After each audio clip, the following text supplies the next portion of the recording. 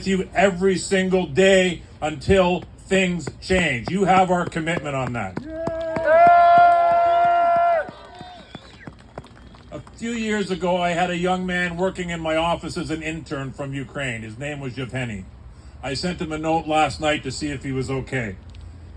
He responded to me this morning and he said, "James, thank you." He said, "I'm okay, but I'm very worried about my family. Please, please do everything you can to help Ukraine." I gave that young man my promise, and you have that promise too. Slava Ukraini! Слава! Слава Україні! Слава Україні! Слава Україні!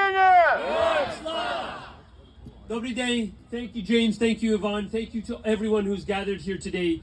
Know that I want to pick up on something that Yvonne had mentioned. This cause is not just your cause. It's not just Ukrainian Canadians' cause. It's not Eastern European Canadians' cause. James is an Irish Canadian. I'm a Ugandan Canadian, for Pete's sakes. I've learned about this cause from all of you. I've learned about it from Lesia. I've learned about it from Marcus Kolga. I've learned about it from Boris Yuzlevsky, who talked to me about SWIFT years ago, about the importance of cutting off at the throat the economic tools that empower a guy like Putin. When I see that sanctioned Putin sign, I'm proud to stand here and say, today we did just that. We sanctioned Putin. That is important.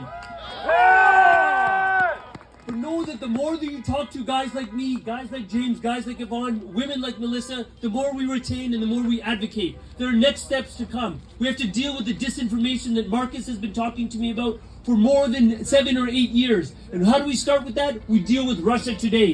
So do one thing, please, all of you. Make sure that the information you receive, the factual information that you receive, you send it back to everyone back in Ukraine, because they need to know the facts about what is happening on the ground. I will always stand with Ukraine, advocate for Ukraine. Slava Ukraini!